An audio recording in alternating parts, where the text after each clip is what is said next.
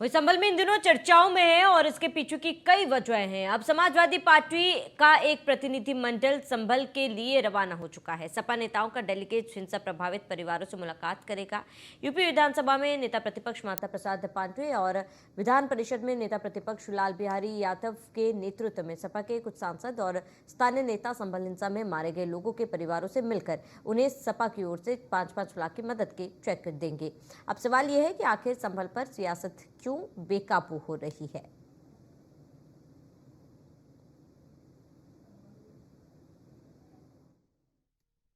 देखिए, देखेंगे भी वहाँ दरअसल हमारे राष्ट्रीय अध्यक्ष ने जो लोग मारे गए हैं उनको 5-5 लाख रुपया देने की घोषणा की थी।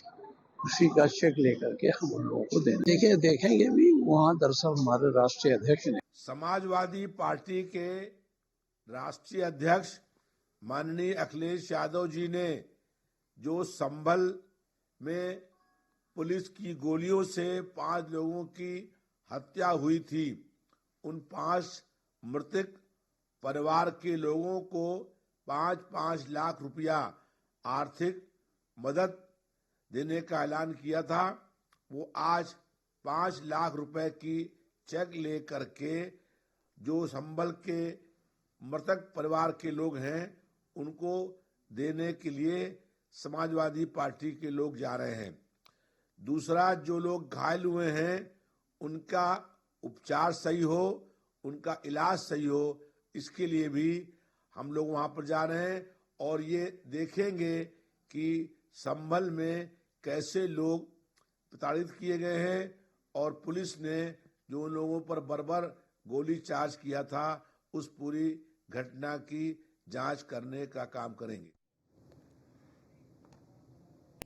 अधिक जानकारी के लिए संवाददाता मुजम्मिल दानिश हमारे साथ संभल से जुड़ चुके हैं। मुजम्मिल, सपा का डेलीगेशन आखिरकार आज संभल पहुंच रहा है, उनकी रवानगी हो चुकी है।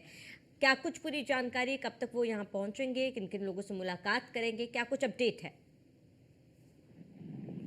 मैं आपको बता दूं कि जिस तरह से यहाँ पर जो डेडिकेशन आ रहा है, जिससे कि 1 बजे का टाइम है, लेकिन अभी देख रहे हैं किस तरह से, लेकिन बताया जा रहा है कि पूरी प्रशासन ने तैयारी की है। सभी तरफ चौराहा पर पुलिस मुस्तैद है, लेकिन डेलीगेशन की बात की गई है। बताया जा रहा है कि डेलीगेशन जो है वो रवाना हो गया है और फिलहाल यहाँ जिला अध्यक्ष आ गए हैं। लेकिन देखिए, सर्किट हाउस यहाँ पर एक सर्किट हाउस है, इस सर्किट हाउस में सारे लोग पहुंचेंगे और हो सकता है कि जो लोग यहाँ हिंसा में मारे गए थे उनके परिजन यहीं बुलाए जाए और उन लोगों से यहीं मुलाकात की जाए।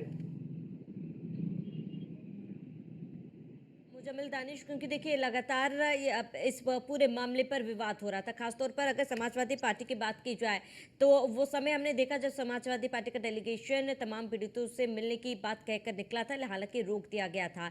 डीएम की तरफ से भी अपील की गई थी कि कुछ समय के लिए आप संभल ना आए। अब जब वो संभल आ रहे हैं, फिलहाल संभल में क्या तस्वीरें, क्या व्यवस्थाएं देखी जा रही है?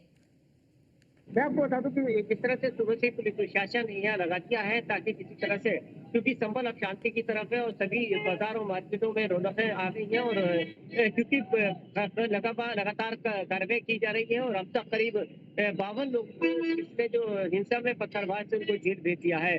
इसके अलावा लगातार यहाँ क्योंकि डेलीगेशन की बात की जाए तो कांग्रेस की जो डेलीगेशन वो भी आ रही थी, इससे पहले वो लोग राहुल गांधी, प्रियंका गांधी से मिलने दिल्ली गए थे, लेकिन अब समाजवादी का डेलीगेशन आज संभल अब 1-2 घंटे के अंदर पहुंच जाएगा। उससे पहले प्रशासन ने पूरी तरह से यहाँ पर खाका खींचा है और किसी तरह से कोई भी कानून व्यवस्था सैन न लगा है और पूरी तरह से व्यवस्थित रहा है।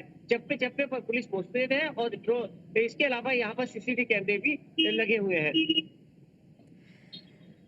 बिल्कुल दानिश, क्योंकि देखिए चप्पे चप्पे पर पुलिस की नजर है। हालांकि लगातार ये कहा जा रहा है कि इस पूरे मामले पर सियासत की जा रही है। हालांकि जो एक राशि समाजवादी पार्टी की तरफ से पीड़ित परिवारों के लिए ऐलान किया गया था, क्या आज वो पूरे राशि का चेक जो है पीड़ित परिवारों को वितरित किया जाएगा? कैसे क्या किया जाएगा आज, इसको लेकर कोई जानकारी?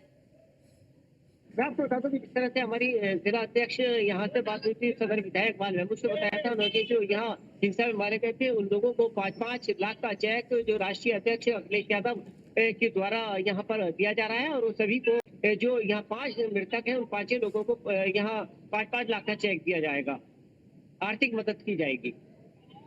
बिल्कुल मुजम्मिल दानिश, अगर हम संभल की बात करें, फिलहाल संभल की स्थिति कैसी वहां पर बनी हुई है, क्योंकि इस पूरे मामले पर जांच लगातार जारी है। क्या कुछ अहम या फिर कोई अलग अपडेट इस पूरे मामले पर सामने निकल कर आया हो फिलहाल?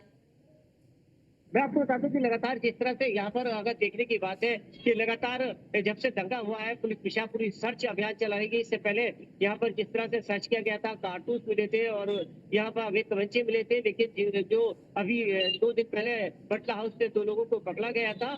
और लगातार यहाँ जो समाजवादी पार्टी के यहाँ के सांसद हैं, उनके ऊपर भी मुकदमा दर्ज किया है और यहाँ के जो विधायक पुत्र है उनके ऊपर भी मुकदमा दर्ज है। लगातार कार्रवाई की जा रही है। 25 से ज्यादा अज्ञात लोग हैं, उनकी पहचान की जा रही है। जो फोटो जो चस्पा जिसमें फोटो की बात की गई थी, ड्रोन कैमरे और जो 3D कैमरे से जो फोटोग्राफी की गई थी, उसकी पहचान की जा रही है। जो भी पत्थरबाज है, पुलिस प्रशासन का कहना है कि अब दोहराना, जिस तरह संभल में ये हालात खराब हुए थे, उसको दोहराया ना जाए और इसलिए पूरी तरह से कड़ी कार्रवाई करने के लिए योगी सरकार के लोग यहाँ तैयार है। प्रशासन पूरी तरह से कर रहा है कार्रवाई। बिल्कुल मुजम्मिल दानिश, अगर संभल की बात करें, फिलहाल संभल जो है 2 धड़ों में बटा हुआ है। एक तरफ हिंदू है तो दूसरी तरफ मुसलमान है। लगातार मंदिर जो है, अगर हम लोग बीते दिनों की बात करें, करीब 46 साल पुराना 46 साल से बंद मंदिर को भी खोला गया था। ऐसे में अगर आप जो स्थानीय लोग हैं, स्थानीय लोगों का इस पर क्या कुछ कहना है, क्या कुछ मानना है?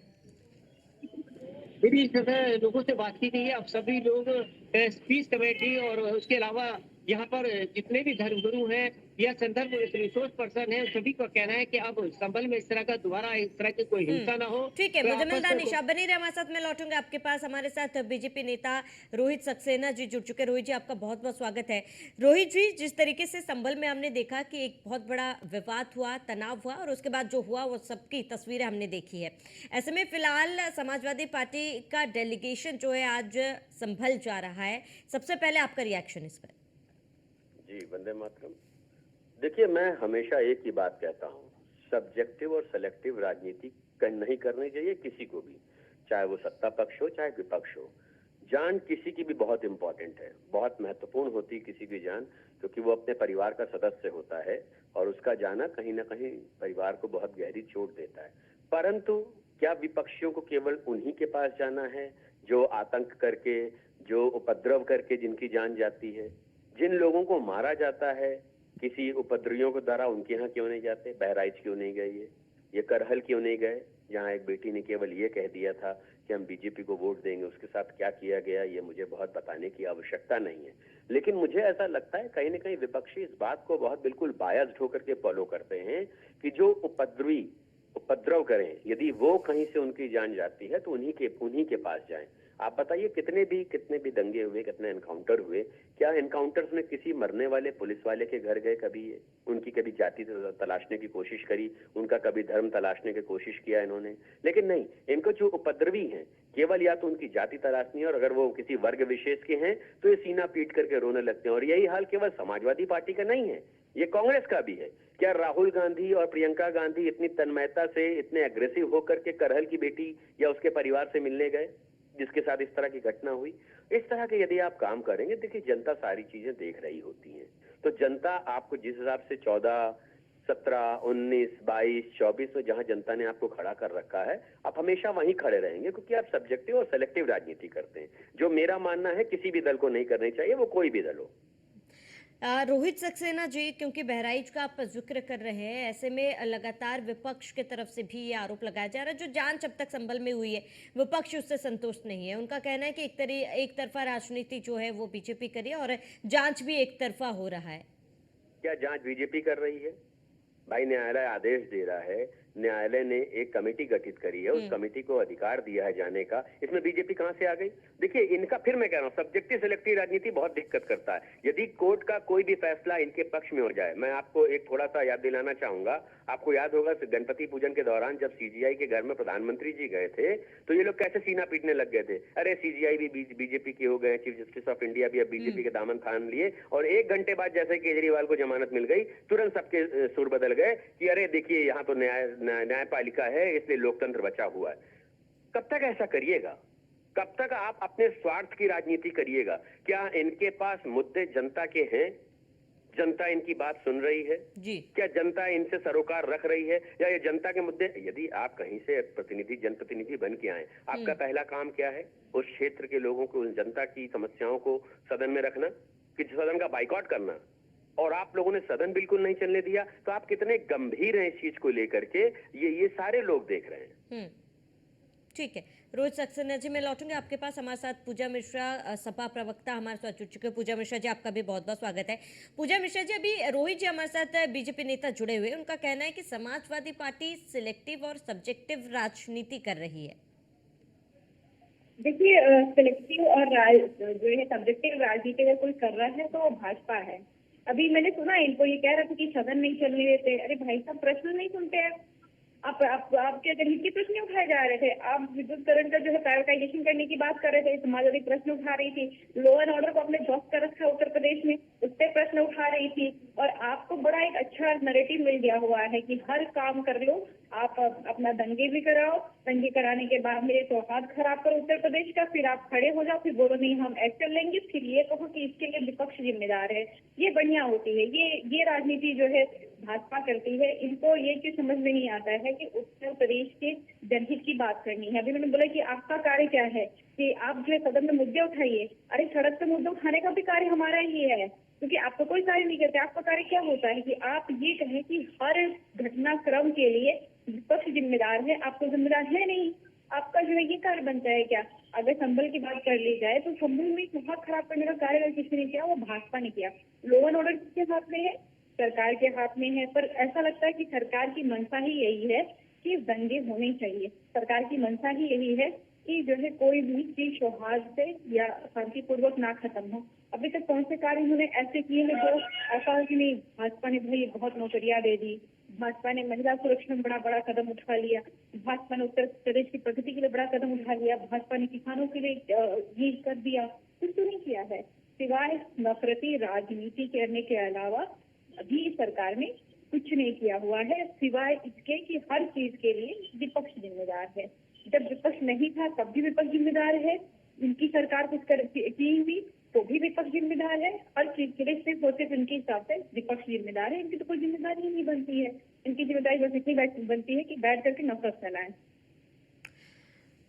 बिल्कुल पूजा जी, मैं लौटूंगा आपके पास। रोहित सक्सेना जी, पूजा जी को सुना आपने, जहाँ पर उनका कहना है कि भाई सवाल उठाना विपक्ष का काम है और उसी सवाल को उठाने से अगर रोका जाए तो विवाद तो होगा ही।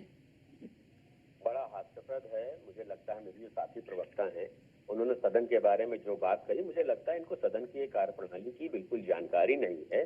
सदन में जो जनप्रतिनिधि होते हैं अपने सवाल पहले से सबमिट करते हैं वहां पर कि हमें इस सदन में अपने क्षेत्र के लिए सवाल पूछने चाहिए, पूछने हैं। क्या किसी ने करे, किसी ने सवाल उठाए? दूसरी बात, बिना किए ही हो गया क्या वहाँ पे संवाद? पूजा जी बिना सवाल के ही संवाद हो गया। हमको ज्ञान देने से बेहतर है पहले अपना ज्ञान अर्जित कर लीजिए, उसको सही कर लीजिए। आप लोगों की समस्या है कि आपको उर्दू में बात नहीं करनी होती है। आपको जो है आप चाहे तो आपकी सरकार है, सुनने का मैं करके उर्दू पर बात कर लेंगी, जो मुद्दों पर बात नहीं करनी चाहिए। आप पहले मुझे सुन लीजिए, जैसे मैंने आपको सुना, उसके बाद आपके सारे जवाब दे करके जाऊंगा। दूसरी बात, नहीं आप ज्ञान मत दीजिए ना हमें, अपना ज्ञान अपने पास अरे रखिए। आप सुन लीजिए पहले भाई, इस तरह से देखिए अपना काम ज्ञान नहीं अपने होता। पास रखिए, आपने बोला, मैंने सुना आपको। है, थोड़ी मर्यादा का, मुझे पता है आप जिस पार्टी से आती हैं और मर्यादा का कोई लेना देना नहीं अरे है। नहीं, इस आपको बात बड़ा से मुझे पता है बहुत मर्यादा सुनना का, होगा तो बड़ा ज्ञान है आपको कम से मर्यादा कम का। चैनल पे जनता जमा को की मत दिखाइए कि प्रधानमंत्री आप मर्यादा नहीं किस रखते हैं तरह तो के फिर महिलाओं को संस्कारों से जो है पार्टी शिकंजा आई पर कह है। देते हैं आप मर्यादा की बोला, बात कर मैंने रहे हैं। सुना है पूजा जी, ये मर्यादित तरह आप से बोलिए, मैं सुन रही हूँ आपको। यहाँ पर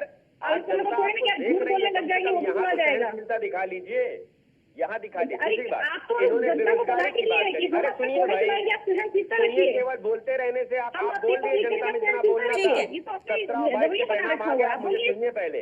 देखिए, रोजगार की बात कौन कर रहा है? देखिए, मैं आपसे बता रहा हूँ, जो बेरोजगारी भत्ता उत्तर प्रदेश में बांट रहे थे वो रोजगार की बात कर रहे हैं, और आपने जैसे दंगे की और बात आप करी, क्या उस बात प्रोत्साहन मनी बिल्कुल दे रहे हैं, वो क्या स्पष्ट है? कहना चाहूंगा, दंगे और उपद्रव करने वाले लोग प्रदेश में बख्शे नहीं जाएंगे, तो उनका अंजाम जो हो रहा है वो अंजाम होता ठीक रहेगा। है, बिल्कुल ठीक है, बहुत- समय की कमी है हमारे पास, चर्चा को यहीं पर रोकना चाहूंगी। रोहित जी जुड़ने के लिए बहुत बहुत शुक्रिया। पूजा मिश्रा जी, आपका भी जुड़ने के लिए बहुत बहुत शुक्रिया।